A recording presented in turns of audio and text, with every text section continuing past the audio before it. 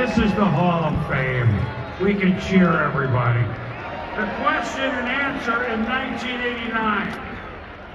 How about them Cowboys? Not a rosy one for Jimmy Johnson. College national championship coach goes to the NFL, succeeds Dallas legend Tom Landry, and he starts 1-15. But he knew much more than the rest of us. By 1991, the Cowboys were in the playoffs. In 1992, they won the Super Bowl in blowout fashion with the youngest team in the league. In 1993, they won another one again, beating Buffalo. 7-1 in the playoffs. The first head coach to win a national title in college and the Super Bowl. Jimmy knew how to draft and trade and win, and then he was out. You know, some guys just seem impervious to the heat. As if following one legend wasn't enough, Jimmy decided to do it again, succeeding Don Shula in Miami, made the playoffs 3 of his 4 seasons with the Dolphins.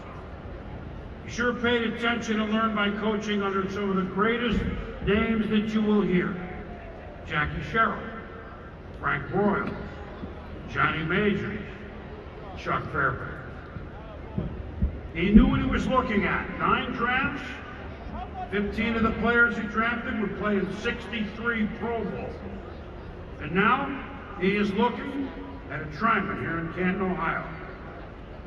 Presented his first ever draft pick, Hall of Fame quarterback Troy Aikman.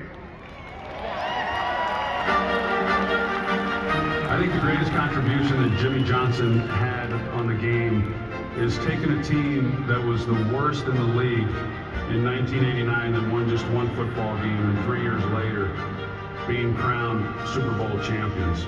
Jimmy Johnson seemed destined for football's brightest spotlight. In 1989, after leading the Miami Hurricanes to national championship heights in the college ranks, he succeeded NFL legend Tom Landry as Dallas Cowboys head coach. He was the architect of those teams. He built those teams. He selected the players for those teams. His eye for talent, his ability to motivate players, and coaches as well, I think is what allowed him to have the success that he had and what allowed us as a football team to have the success that we had. Johnson's wildly successful tenure culminated with consecutive championships in Super Bowl 27 and Super Bowl 28. He's taken his team from the absolute worst to the absolute best. He became the first coach to win championships in the college and pro ranks. Probably my favorite moment was at the Rose Bowl when we won our first Super Bowl. And I remember coming over to the sidelines after we had gotten a lead and we knew we were going to win the game, the clock was winding down. Seeing Michael and Emmett messing up Jimmy's hair, which is something that no one had ever seen at any level. We hadn't seen it, and America had never seen it. Following 2 years away from football, Johnson returned in 1996 as head coach of the Miami Dolphins. After 3 playoff appearances in 4 seasons, he retired after the 1999 season, his legacy firmly secured. It's football immortality to be inducted into the Pro Football Hall of Fame. For someone who has meant so much to me and so many others, for him to finally have his rightful place in the Pro Football Hall of Fame is pretty cool. I am honored and privileged to present my friend Jimmy Johnson for enshrinement into the Pro Football Hall of Fame.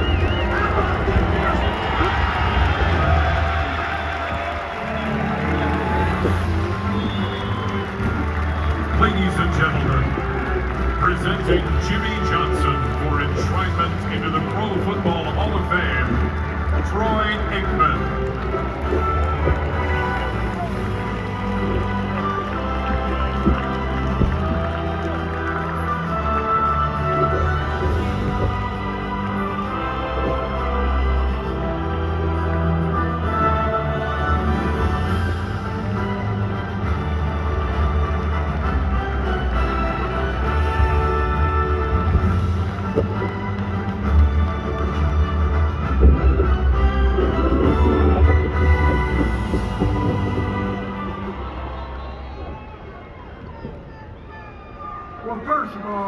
Troy.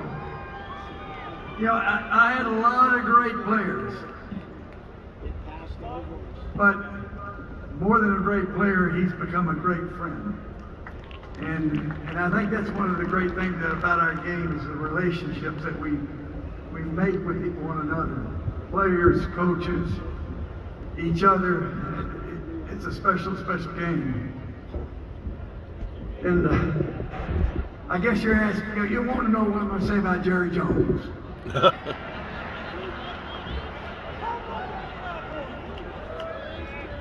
Well, Jerry,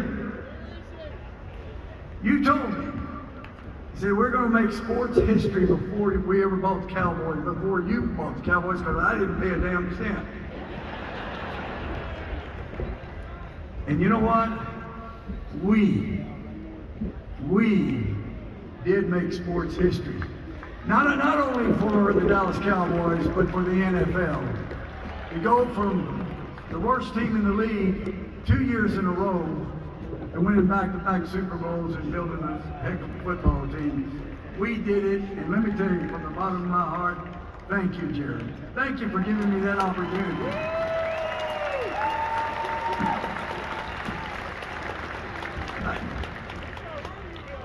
You know, I look back and so many things have happened to me in my career, and it's because of others.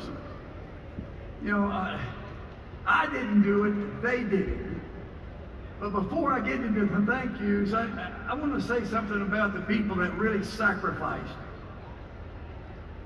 My sons, Brent and Chad, and their mother, Linda Kay. She was a great, great woman. My wife and my best friend, Rhonda. Hey, Bill Collar knows, you know, yeah, a coach, he has to struggle with the family life, and wives put up with a lot of crap. Fortunately, Rhonda didn't have to put up with much crap, because I'm pretty good. Well, getting ready for this thing, I'm saying, okay, you know, who all am I going to thank? I started putting this, I said, no, I can't do that. You know, I went back to Brent and Chad, I said, you know, I wasn't there for you. I felt like I had to outwork my opponent. And that's why it's so hard on coaches' families. I was out there, my two sons played football, I never saw them play it down. And that's a shame. But fortunately, I corrected that, and we have a relationship now that I wouldn't trade for any. It is the best. And I got the greatest two sons in the world. And I love them with all my heart. And I love my wife, Rhonda, with all my heart, and I appreciate what she puts up with me. But I started putting together a list. And I said, okay, you know, Troy, Emmett, you know, Michael, Charles, Nate, Dan, JC, Zach, also Kay, Daryl, Steph, my coaches, Dave, Coney, Nora, Butch, Camps, Hud, Mike, Brother Bruce. I said, the hell with it, I can't make a list. There's too many. There's too many to say thank you, so I'm not going to say a whole lot of thank yous. I went to the College Football Hall of Fame a long time ago because I had great assistant coaches and great players.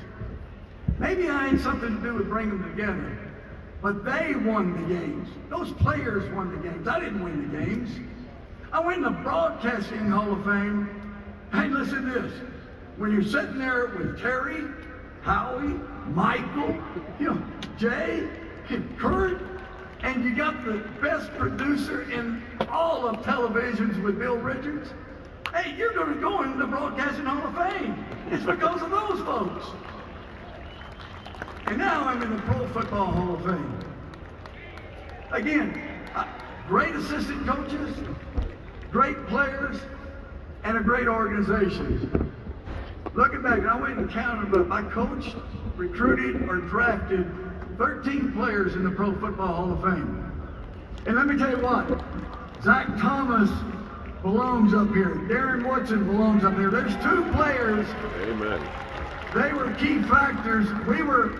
We led the NFL in defense in Dallas. We led the NFL in defense in Miami. And those two players were key parts of it. They need to be Hall of Famers. That way I'll have 15 of them or whatever. Hey, and on top of that, I coached a broadcast with 14 more Hall of Famers. I think I know what one looks like. A few months ago, a few of my friends came down to the Keys. We laughed, we told stories. It was truly one of the more enjoyable times of my life. I told them after they left, I said, you know, when we were winning championships, you know, we were so obsessed and so driven to get better. Even after that first Super Bowl, you know, I was on the road. We were all on the road looking at players, getting ready for the draft, trying to find more players, trying to get better. Because we were working that way, we probably didn't enjoy the success as much as what we should have. And moments like what we had a month or two ago when those guys came down, maybe that makes up for it a little bit to where we can enjoy it. You know, I always tried to make my people better. Right, Charles? Try to make us better. Every player, every coach, I tried to make them better.